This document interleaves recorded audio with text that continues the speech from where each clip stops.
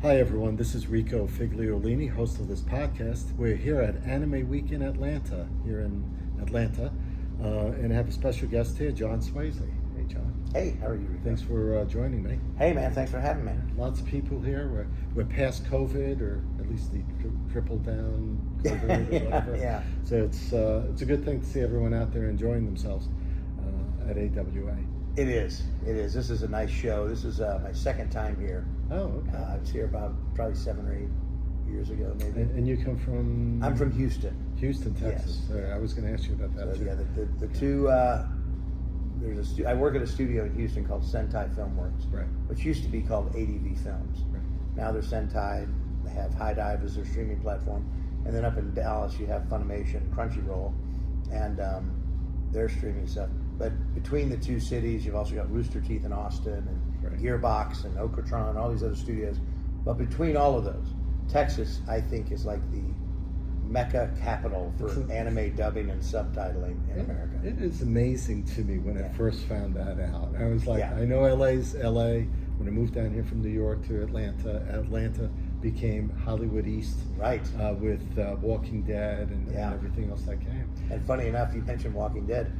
Our company, Sentai Filmworks, got bought by AMC Network, so I'm now an AMC employee. They have yet to ask me to be on The Walking Dead, but you know. And that's ended. So Yeah. unless they do another. Unless spin-off. it's like spin-off after spin-off. Yeah. I mean, they'll It's a gift milk that jersey till it's dried up. It's a gift that keeps on giving.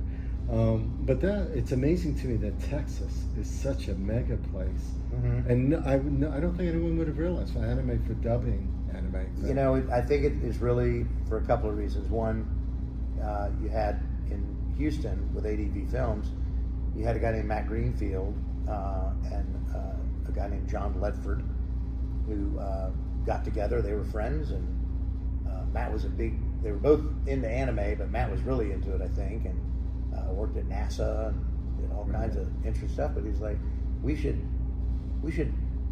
dub this stuff. No one's doing that. Yeah. So they just did it, you know, way back when. I mean, when I started working for ADV Films in '97, I mean, you know, you talk about a niche market, and there was. But they were doing fine. They were doing well. Their big show back then was Evangelion, and That was a great show. still, it's a classic, you know, and it just kind of has grown and grown and grown. And you know, fast forward, in my case, 27 years later, and I work. ADV has become Sentai Filmworks. Right. And owned by AMC Networks, and I am a full-time director and an actor, and then also still do work for Funimation as an actor, and then go to conventions. So this, 27 years ago, if you would have said this will be your career, I'm like, no, it won't. Really? No, there's no way. What did you think your career was going to be? Oh, sorry, I bumped your table there. That's all right. Well, I mean, I wanted to be, I wanted to do lots of things. I first wanted to be on Broadway, and that didn't happen. And then I was like, well, I want to do film and television, and that, then I was like, oh, I want to be on Saturday Night Live, and because I love sketch comedy and improvisation. And then I was like, but I really love voiceover work, and I was really into, in the early 90s, until I started doing anime, I was making a living being a voice actor, just doing commercials and television and, radio spots and stuff like that, and thought, well, this is great. I'm making a living. I live in a very affordable place. I'm starting a family, It was all really good, and then 1997, everything started to change with anime. Yeah. And here we are today. So, just Texas being that place, big open sky, or maybe that's Montana. That's Montana. But Texas. We have pretty big open sky, but it's that's a little Montana. different, right? We're the Lone Star State. The Lone Star, yes. So, I just never thought anime would be taking it. But like you said, NASA, that person from NASA that started it, now that makes a lot of sense to me. Well, of why it became. It just, I think, it started to gain more popularity. One of the reasons is that it started to get on television, and it's maybe not as much anymore because there's so many ways now to watch content. But I think back in the day, it was like, yeah, you can sell it on VHS and you can sell it on DVDs. But if it was on TV, it had, first of all, it was free. Right. I mean, you could go to, Adult Swim, free later. Adult Swim, Right. You're paying your cable bill, but you go to Adult Swim or any of those things and watch it for free. And things like Dragon Ball and One Piece, and Sure. you know, we started to get our stuff on there, and you know, it would be shown late at night or at certain hours, and then it just started becoming more prolific. But I think there's two things that happened. I think one is the collision, if you will, of the anime crowd and the MCU Star Wars. All of those things kind of crashed into each other, and because, you know, anime fans love Star Wars, right. and, you know, MCU and stuff like that, so those worlds collided. And then with COVID, I mean, you can only watch Tiger King so many times, you know, and it's like, let me watch this show called My Hero, right, you know, right. And so it's amazing to see the proliferation. Crunchyroll boomed. I mean, Oh, the download of that app, and then Hulu and Netflix funding a lot of anime. Yeah, I mean, if you, you know, I've got a table here at AWA, and I've got a card, and if you click on the card, you get a week of High Dive for free. Oh. And it's, you know, it's just another streaming platform. Yes. But it's just, there's so much out there now, you know. The only thing High Dive needs to do for me is improve their app just a little bit. Okay. Other than that, you know, just like, can't tell sometimes if you watch the episode or not, unfortunately. Okay. Yeah, that's the only thing. But Crunchyroll, High Dive, Hulu, Netflix, I mean, all those. Right. My kids, I have 3 kids. They're 20, 27, and almost 30 now.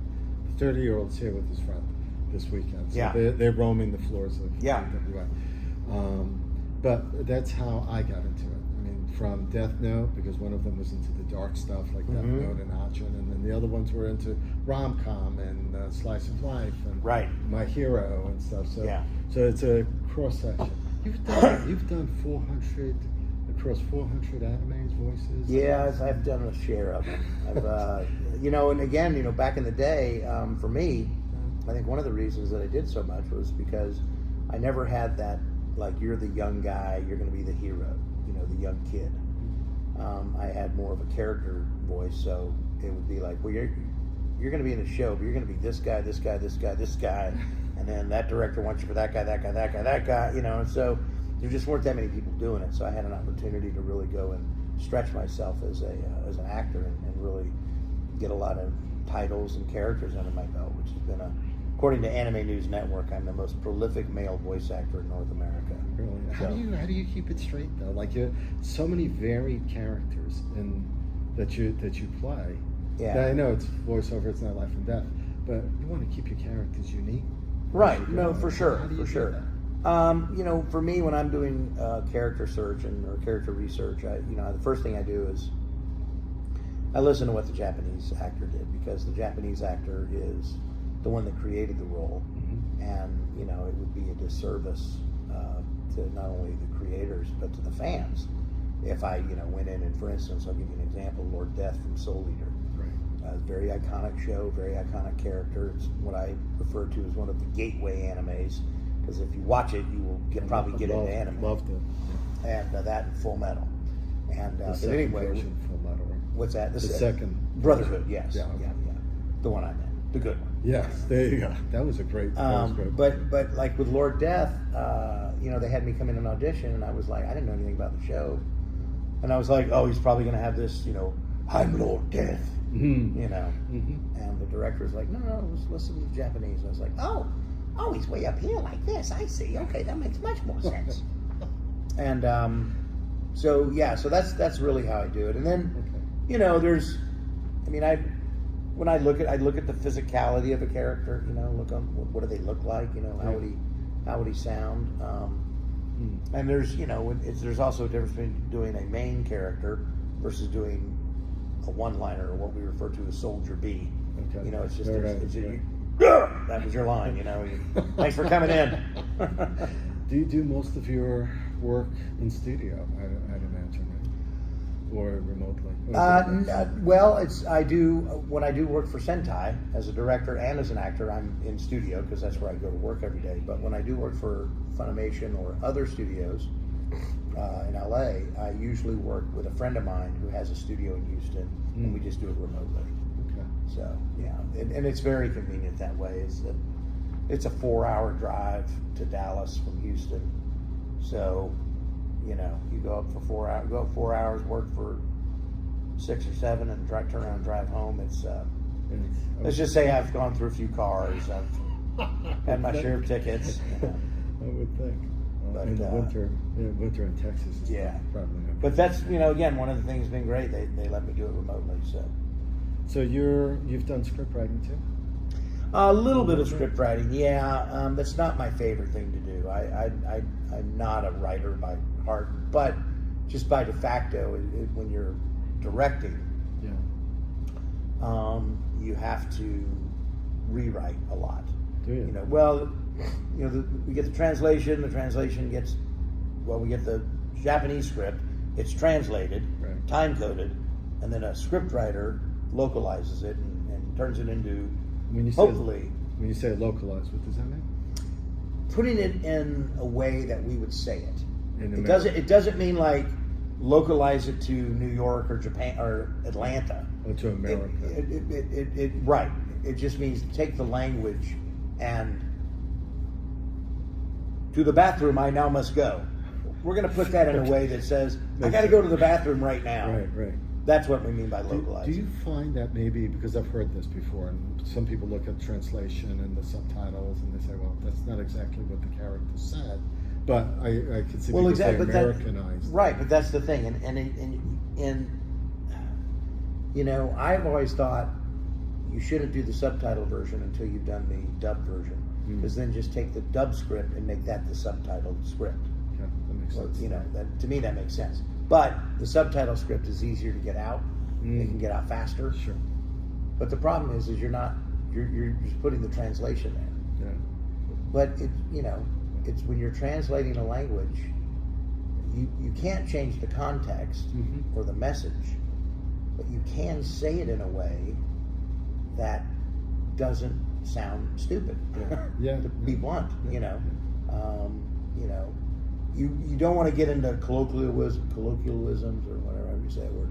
You know, saying things like heard, you know, as opposed to I hear you or I understand. Right. You want to be able to. You don't want to say something that in 5 years they're going to go, what does that mean? Right. You know? Yeah, it's a bit of that. Yeah. I guess. Do you speak a language also, or just? I do not speak Japanese. I don't. No. I mean, any in Spanish. No, I don't. I should. I wish I did. No, but I can understand. I mean, I speak a little bit of Italian, and when I see people translate, sometimes it's like, I don't think that's quite what they said, but all right, we'll go there. Yeah, well, so and you know, languages, it's not, every language is different, and it's not word for word. I mean, there's not a, you know. No, for sure. Coke can. Well, Right. it's Coca, whatever can. I mean, it has, you know, what you may say in Spanish is the can with the Coke. Yes. Or the can that possesses the, you know what I mean? It's it's not just a can of Coke. Yes. You know, it's said differently, so you can't always do it that way. That's why it's important to localize it and make it sound like, you know, when you're watching it, you're not thinking about it. You're just listening and able to engage. That takes a talent to do that too. Oh, I yeah. think, to be able to get that. Sometimes, because you also, on top of that, you have to make it fit in the lip flaps. Yeah. So, you know, it could be a real challenge. You know, it's the old joke of blah blah blah blah blah blah blah blah blah. Let's go. You know, you gotta fix that. You know, you can't just leave it. You know. Do you have any kids? I do. I have 3 kids. Olivia, who's 23, she's also a voice actor and an actor. Josh was 19 and Tara's 16. And are they into anime? Are they? Well, Olivia is a little bit. She's my oldest, but she's also a voice actor, so she performs anime. Right. But then my son Josh is definitely into anime. My daughter Tara could care less about it. Okay. But they all have friends that love anime. So every now and then I get to be a big deal. That's cool. Yeah.